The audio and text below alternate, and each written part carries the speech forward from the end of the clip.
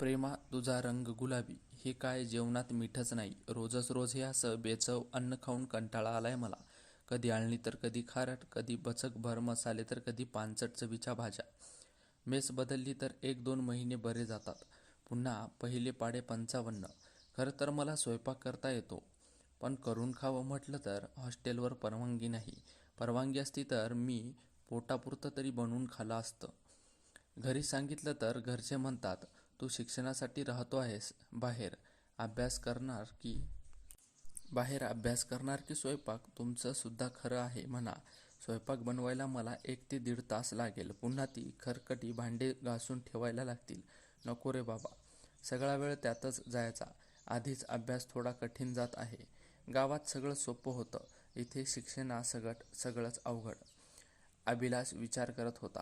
इतक्यात त्याला कोणीतरी हाक मारली. ती मंदा होती. जवळच्याच एका गावातून इकडे शहरामध्ये शिकण्यास आली होती. दोघेही एकाच महाविद्यालयामध्ये शिक्षण घेत होते. आणि मग नंतर थोड्याच वेळात आणि थोड्याच दिवसात त्या दोघांची चांगली मैत्री देखील झाली होती. आज काय बेत आहे मेसमध्ये बघू बरं. असं काय पुटपटतंय. मंदा थाळी वाढवून घेऊन आली. मंदा, मस्तय की आजचं जेवण. अभिलाष, उगाच कुरकुरीत असतो तू. या जेवणामध्ये सकारात्मक दृष्टीने पाहायला शिक. आपल्याला निदान पोटभर खायला तरी मिळते. जगात कित्येक लोक उपासमारीने तडफडतात. अभिलाष, खरंय तुझं की भाजी बघ किती कलात्मकतेने बनवली नाही ना. मावळतीच्या किरणांचा तांबूस रंग तळ्याला व्यापून राहतो आणि तळही त्यात रंगत होऊन जातं. अगदी तसाच हा रस्सा दिसतोय. ह्यात इटुकल्या पिटुकल्या भाज्यांच्या फोडी, मनमुसूद पोहत आहे. जशाच्या तशा असल्यामुळे त्यांची खुमारी अजून वाढते. वाफाळत्या पाण्यात ढकलल्याने गोड रवा म्हणजेच मिष्टान्न म्हणून दिलेल्या चिमूटभर शिरा जणू हा हा हा शिऱ्याचा सुवास दरवळतोय तशी रसनावासनेचे तृप्त होतंय. पोळ्या वर्तमानपत्रावर उलगडून ठेवल्या तर पेपर बेचव येईल अशी सोय.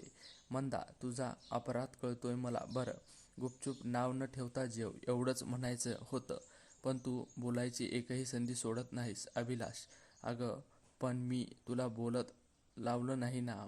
मंदा, काय करू शकतो मग आपण, तूच सांग आता. आता मंदाने माघार घेतली होती, त्यामुळे तिने त्याला विचारले की उपाय काय. अभिलाष, आपण ना स्वतःच एक छान चवदार जेवण पुरवणारे हॉटेल काढूया. तिथे विद्यार्थ्यांना सवलतीत जेवण मिळेल अशी व्यवस्था करू. कॉलेजच्या प्राध्यापकांना मात्र डबल चार्ज लावू. काय. असं म्हणून तो हसायला लागला. अभिलाषांची ही स्वप्नरंजन करण्याची सवय नेहमीची होती. कुठेही काही समस्या असेल तर ह्यांचा उपाय म्हणजे स्वतःची ती इकोसिस्टीम उभी करणे.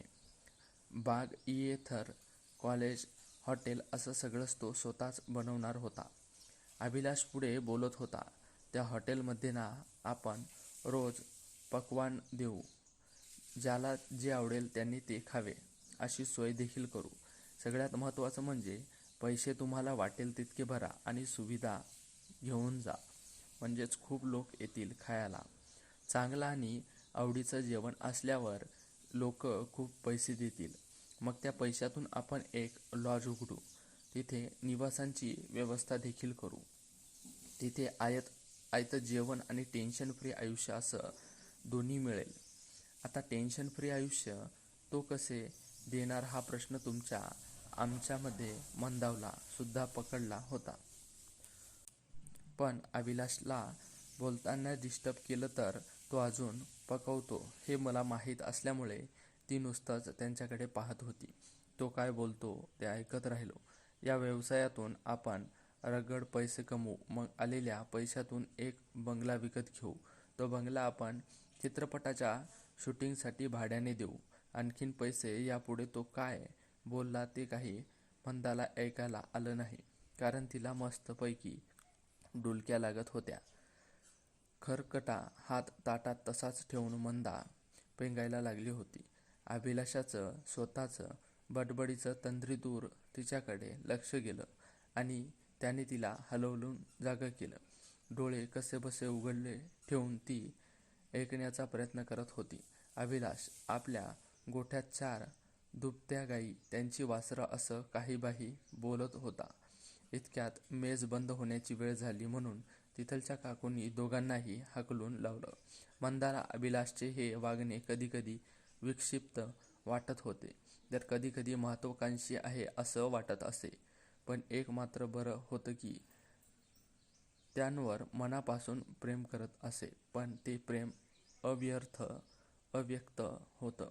तिने अभिलाषाला कित्येक वेळा आपल्या मनातील भावना सांगण्याचा प्रयत्न केला होता, पण दरवेळा तो एखादा विषय पकडून त्याच स्वप्नरंजक सुरू करत असे.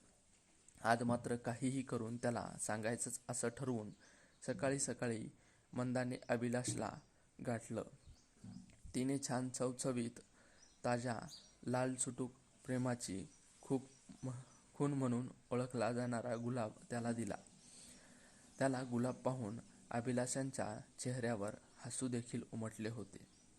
जरासा लाजूनच तो म्हणाला, "वाव, किती सुंदर आहे हे गुलाब, बरोबर ना? बाजारातल्या मोठ्या फुलांच्या तुलनेत अगदी छोटुकला असल्याने कसा मनात भरतोय." प्रियकराने चुंबन घेतल्यावर ओठांची लाली उतरल्यावर उरतो तसा विस्कटलेल्या रंगाचा असलेल्या नजर हटवत नाही. "आपण ही नाही या फुलांची 14 फेब्रुवारीला विक्री करू. त्या पैशातून कुठेतरी 1 एकर जमीन विकत घेऊ. त्यात गुलाबच गुलाब लावूयात. त्यांच्या विक्रीतून आपल्याला आणखीन जमीन घेता येईल. मग 100 एकरवर आपली गुलाबांची शेती होईल. आपण फुले युरोपामध्ये एक्सपोर्ट करू. पुढे पैसे आणि वेळ वाचवण्यासाठी आपल्याला आल्प्स पर्वतात जमीन घ्यावी लागेल आणि तिकडेही आपण गुलाबांची शेती करूयात. तिथे यशराज फिल्म्सवाले आपल्याशी संपर्क साधतील. मग आपण बागेतल्या शूटिंगसाठी करोडो रुपये चार्ज लावू. त्यातून इंग्लंड, अमेरिका या आउटलेट्स उघडता येतील. झाले मग अजून पैसे. त्यातून मग गुलकंद, रंग असे उद्योग निघतील. मग इतका पैसा येईल की आपण आल्प्समध्ये एक राजवाडा बांधूयात. भारतात हाऊसिंग कंपनी उघडूयात. त्यातून पुन्हा पैसा आला की एखाद्या राजकीय पक्षाला फंड्स पुरवून निवडून आणूयात. मग त्यांचा PM आपण म्हणून ते ऐकेल. मग आपण डिफेन्समध्ये शिरू. विमान विकत घेऊ. रणगाडे सप्लाय करू. मात्र या सर्वांना गुलाबीच रंग द्यायला, कारण तो आपल्या गुलाबापासून निर्माण झालेला असेल. पुढे आपण गुलाबी नावांचे टेलिफोन कंपनी सुरू करू. Net free, phone lines free असा धमाका करू. मग काय, हे क्षेत्रही आपलेच होईल." मग दुसऱ्या दिवशी तो जागा झाला तेव्हा तिची चिठ्ठी होती. "सॉरी डिस्टर्ब केल्याबद्दल. मी आपल्या गावच्या अजितदादा टेलिफोन शॉपिंगच्या भावी मालकाबरोबर पुढची स्वप्ने पाहण्यासाठी जात आहे. तुझी स्वप्ने पूर्ण होण्यासाठी शुभेच्छा. जमल्यास लग्नाला ये, तुझी गुलाबी रंगाची सर्व प्रोडक्ट्स घेऊन. गिफ्ट म्हणून मला हेच हवंय. त्यात गुलाब, गुलकंद, रंग आणि जे जे काही तो बनवणार होतास ते सगळं घेऊनच येशील याची काळजी घे. माझ्या होणाऱ्या नवऱ्याला गुलाबांची गुच्छ तुझ्याच बागेतून आला पाहिजे." मंदाची चिठ्ठी वाचून अभिलाष विचार करू लागला.